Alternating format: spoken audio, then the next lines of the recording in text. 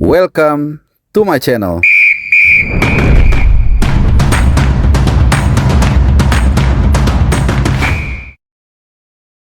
Halo, salam sehat, selamat hari Jumat, dan kembali lagi di channel Bung Harpa. Setelah beberapa hari absen, gua mohon maaf ya, karena ada beberapa kegiatan di Natal ini dan juga liburan, istirahat sebentar, dan mencoba untuk sedikit menarik dari pusaran keributan yang terjadi beberapa hari terakhir ini. Meskipun gua kemarin subuh ya masih sempat live reaction karena ada pertandingan yang melibatkan pemain Indonesia, yaitu si siapa lagi kalau bukan Pak Kumis ya. Jadi Sandy Walsh kemarin, alhamdulillah puji Tuhan mendapatkan kesempatan tampil sebagai starter, tapi memang harus diganti di pertengahan menuju akhir babak kedua, karena memang kalau kita lihat sedikit dari cuplikannya, kan ada beberapa sekarang platform yang mengangkat performa pemain Indonesia Broad ya, hanya gelondongan. Jadi itu juga memperkaya juga ya referensi kita.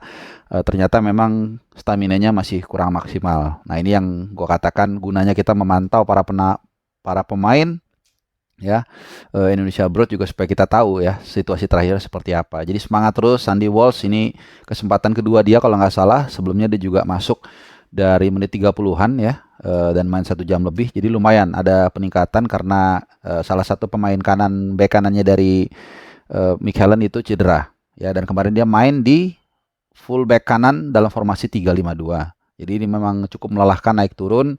Ini yang gua katakan sangat penting buat seorang pemain itu untuk main rutin, untuk menjaga kebugarannya, menjaga juga staminanya, endurance-nya, dan competitiveness levelnya atau touch-nya, bahasa yang sering kita dengarkan. Jadi siapa tahu kita berharap dia terus bermain inti reguler, nanti begitu 20 Maret langsung siap mengawal sisi kanan dari pertahanan Indonesia.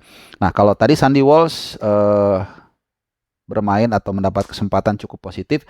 Sebaliknya ya, kita feel pity atau apa ya bahasanya itu, feel sorry atau berempati dengan adinda kita Nathan Choon atau abang buat kalian yang lebih muda dari dia. Nathan Choon kembali harus duduk di bangku cadangan. Kalau gua nggak salah ini sudah 20 kali atau mungkin 21 ya, 20 kali berturut-turut tidak bisa mendapatkan tempat atau main minute play 1 detik pun, bahkan bukan minute play ya, second play bersama Swansea City. Jadi kemarin dia dicadangin, dan sudah berarti 120 hari kurang lebih ya. Jadi 4 bulan berturut-turut dia tidak sama sekali nggak main ya di posisi kiri maupun dimanapun bersama dengan Swansea City. Ini akan cukup mengkhawatirkan, walaupun tentunya lebih mengkhawatirkan situasi persepak bolaan kita saat ini.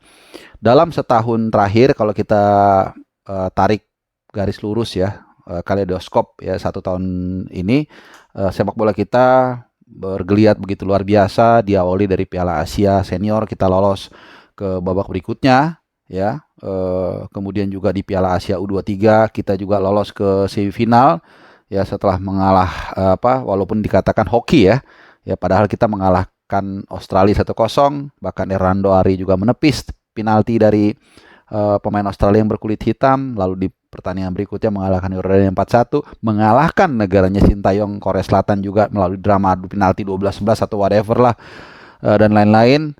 Tapi itu tetap sebuah pencapaian. Kemudian kita lolos ke round 3 dan mengakhiri tahun ini duduk di peringkat ketiga ya, hanya 1 poin di bawah Australia di peringkat 2 di kualifikasi Piala Dunia round ketiga ya. Nah, itu sedikit dari 2 pemain kita yang kemarin juga mendapatkan klubnya main, tapi ya 1 ya cukup positif, Sandy Walsh, dan 1 Nathan Choon. Nah, terkait dengan kisruh yang belakangan ini terjadi, ini memang yang gue bilang tadi sangat mengkhawatirkan. Di tengah prestasi tim nasional kita yang begitu gemilang, di tengah perasaan nasionalisme kita yang semakin tinggi, di saat gue berkali-kali mengatakan, ternyata sepak bola bisa menjadi pemersatu bangsa kita, di tengah mungkin kalau gue boleh mengatakan kata yang agak kasar atau keras ya, yaitu ini menjadi candu di tengah himpitan permasalahan ekonomi, sosial, politik, keamanan, hukum, dan lain-lain. Kita masih ada sesuatu yang kita banggakan dan kita senangi, yaitu sepak bola ya. Kita bersenang dengan duit tunggal antara ST dan juga Erick Thohir. Ya, tapi kemudian bibit-bibit perpecahan mulai muncul, ya, kemudian akhirnya ini merembet ke bawah. Dan yang paling menjijikan adalah ada sekelompok orang, sekelompok influencer yang mengambil posisi secara keras ya dengan cara menggiring opini dan menghina pihak-pihak yang berseberangan untuk mendapatkan cuan. Ini sangat disayangkan sekali. Beda pendapat it's okay. Beda pendapat dengan menghina itu dua hal yang berbeda. Boleh dicek ya di YouTube gua sepulang dari Cina, kita kalah dari Cina 2-1, itu gua bikin video berjudul 5 dosa STY. Dan ada beberapa yang mengcounter juga, ya mungkin yang dia yang pro STY garis keras yang dan karena itu banyak disadur ya di beberapa platform, di TikTok lah, di Snack dan lain-lain, dan akhirnya mereka ada yang mungkin nggak sepakat, which is nggak ada masalah gitu. Kita kritik orang counter balik nggak ada masalah, bukan anti kritik juga, nggak apa-apa, gue terima. Dan itu artinya gue mau bilang bahwa ketika kita memang mencintai tim nasional kita, kita mendukung mereka, kita ikuti mereka kemanapun, baik dalam doa maupun juga dalam dukungan fisik, kita mendukung mereka teriak, seperti La Grande dan juga Ultras, yang mengeluarkan duit puluhan juta, hujan-hujan mereka harus menarik banner, ya datang ke stadion, bukan hanya duduk manis di hotel mungkin yang mendapatkan uang dari sana, dari hasil menebar sensasi dan berita-berita hoax. Gua rasa ya kita harus bersyukur ya dengan tim nasional kita saat ini. Bagaimana tim nasional kita bisa yang gue bilang tadi mempersatukan Indonesia, mempersatukan fans. Tapi sayang ya di ujung ada satu narasi soal stay in, stay out. Kalau kalian ikuti, gue beberapa kali berusaha untuk tidak take a side secara keras ya. Tapi kalau ada yang kurang, gue kritik. Ada yang kurang misalnya ST gue kritik, ET juga gue kritik. Itu pun nggak ada yang banyak yang beberapa yang nggak terima, dianggap gue pelin plan ya. Tapi gue konsisten. Kalian yang ngikutin gue tahu betul ya. Gue nggak perlu membuktikan, menceritakan sebagaimana gue mencintai tim nasional ini. Nggak perlu lah tanya sejak kapan gue nonton bola mendukung Indonesia, itu nggak perlu ya. Nanti gue jawab aja, cuman baru setahun lah gue jawab gitu. Nah itu udahlah. Tapi gue juga mencintai mendukung teman-teman semua sekarang yang dari mulai yang di Qatar, bagaimana gue diberikan tempat tinggal oleh mereka, diajak untuk jalan main bola bareng, yang di Australia juga sekarang lagi guyup semuanya. Di China ada salah satu teman gue namanya Michael, ini yang juga selalu mendukung gue, bantuin gue waktu nggak bisa bahasa Mandarin di sana, komputernya rusak, semuanya sangat guyup. Ya tapi kemudian di ujung ini ada perselisihan yang nggak selesai-selesai. Dan satu yang gue kecewa adalah di sini, kalau kita lihat dari beberapa rangkaian permasalahan yang bisa solve atau selesai, itu karena apa? Pak Erick Thohir yang turun. Masih ingat selepas kita kalah dari Cina dan dari Jepang, kemudian Pak Erick Thohir turun langsung ke Stadion Madia. Saat itu gue ada di situ loh. Ya, jadi bukan di studio aja duduk. Kemudian setelah kita meliput, biasa kan 15 menit setelah latihan kita keluar, Pak Erick Thohir datang, pak, tiba-tiba aman semua. Langsung isu-isu yang mengatakan ada gesekan antara pemain dan pelatih itu solve. Nah, itulah tugas dari seorang pemimpin.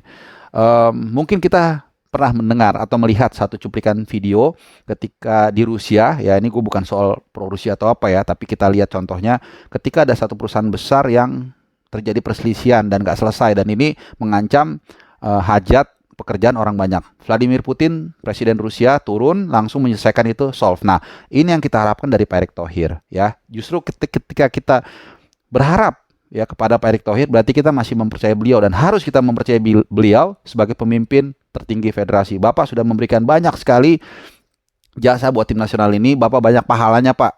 Bapak membuat kita bahagia, endorfin kita keluar, kita juga lebih bersatu ya.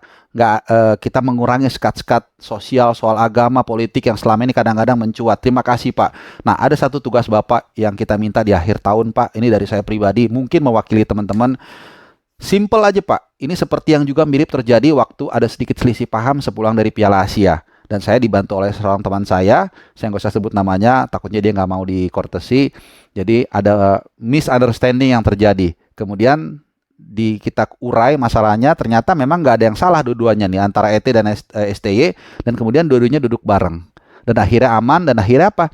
Kita kemudian ke Piala Asia U23 dengan gegap gempita, kita ke round 3 lolos apa? Karena ada duit tunggal ini. Jadi mohon Pak Erick Thohir, karena Bapak adalah orang nomor 1 di sepak bola Indonesia, kalau nggak mau dibilang Prabowo harus turun tangan, saya rasa belum perlu lah.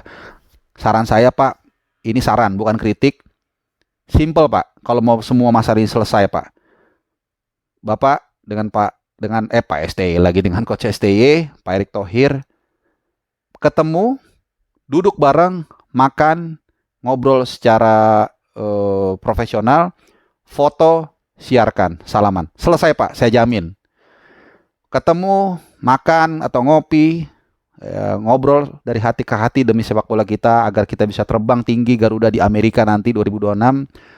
Posting Pak, selesai urusan Pak semua. Biar ini nggak dimanfaatkan, digoreng oleh siapapun untuk mencari sensasi lah, untuk mencari jabatan lah, untuk apapun itu, supaya kita tetap bisa menaruh harapan kita yang besar kepada federasi sekarang yang jauh lebih baik dibandingkan dulu kepada Pak Erick Thohir dan juga kepada Coach Sintayong. Terlepas kalau Bapak mau mencat atau mau mempertahankan STY, saya pribadi, saya nggak mewakili siapapun, menyerahkan kepada Bapak. Bapak yang menilai, itu keputusan Bapak. Kalau Bapak mau pecat, pecat. Kalau mau stay, stay. Tapi itu aja permintaan saya. Semoga Bapak dengar permintaan saya dari orang yang pencinta tim nasional kita. Terima kasih buat teman-teman yang sudah menyimak. Terima kasih juga kalau Pak Erick Thohir mendengar, mungkin melalui Bang Arya Sinulinga atau siapapun menyampaikan ini kepada Bapak Erick Thohir. Terima kasih buat semuanya yang sudah menyimak. Semoga kita diberikan kesehatan dan selamat menyongsong tahun baru. Bye bye. Bye bye.